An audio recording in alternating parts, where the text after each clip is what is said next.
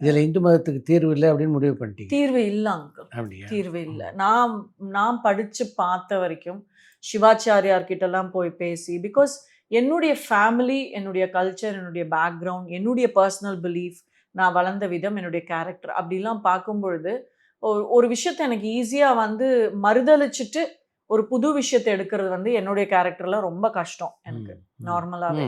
So அந்த மாதிரி ஒரு கேரக்டருக்கு வந்து ஒரு பிறந்த மதத்தையே வந்து டோட்டலா ஒதுக்கி வச்சுட்டு போனோம் அப்படின்னா அது மாதிரி பெருசா ஏதாவது நடந்திருக்கணும்.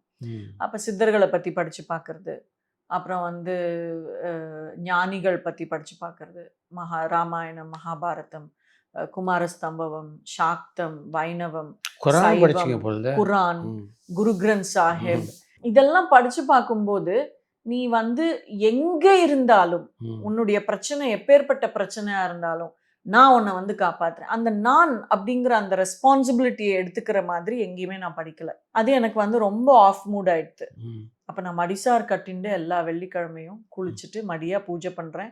ஆனா நைட் ஆச்சுன்னா பயம். 9 மணி ஆச்சுன்னா எனக்கு பயம் வந்துடும். ஐயோ இன்னைக்கு என்ன கனவு வருமோ தெரியலையே, இன்னைக்கு எது என்ன துரத்துமோ தெரியலையே அப்படின்னு சொல்லிட்டு பரத் வந்து ஒரு 2 மினிட்ஸ் கூட என்னை விட்டுட்டு அப்படி இப்படி போறதுக்கு அவர் வந்து பயப்படுவாரு.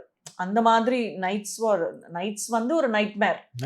அதெல்லாம் பயம் இருந்தது. பைபிள்ல வந்து நிறைய நான் வேற எங்கேயுமே படிக்காத விஷயங்கள் வந்து நான் வந்து பைபிள்ல படிச்சேன். எந்த புக்ஸ்லயுமே இல்லாத மாதிரி பூமியிலே மானிட மகனுக்கு பாவங்களை மன்னிக்கக்கூடிய அதிகாரம் கொடுக்கப்பட்டிருக்கிறது. இது வந்து எதுலையுமே இல்லை அங்கிள். எந்த கடவுளுமே வந்து நீ என்ன கர்மாவா இருந்தாலும் பர்மாவா இருந்தாலும் நான் வந்து மன்னிக்கிறேம்மா உன்னை அப்படின்னு சொல்லவே இல்லை. அடுத்தது வந்து என்னை நம்புகிறவர்கள் என்னை போலவே காரியங்களை செய்வார்கள், ஏன் என்னை விட மிகப்பெரிய காரியங்களை செய்வார்கள். ஒரு கடவுள் வந்து என்னை விட நீ பெரிய பெரிய காரியம் பண்ணுவ அப்படின்னும் எங்கேயுமே இல்லை.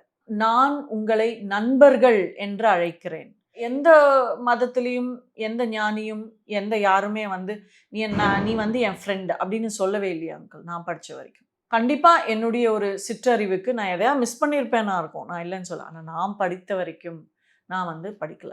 ஸோ இது எல்லாமே வந்து என்னை வந்து நிமிர்ந்து பார்க்க வச்சது.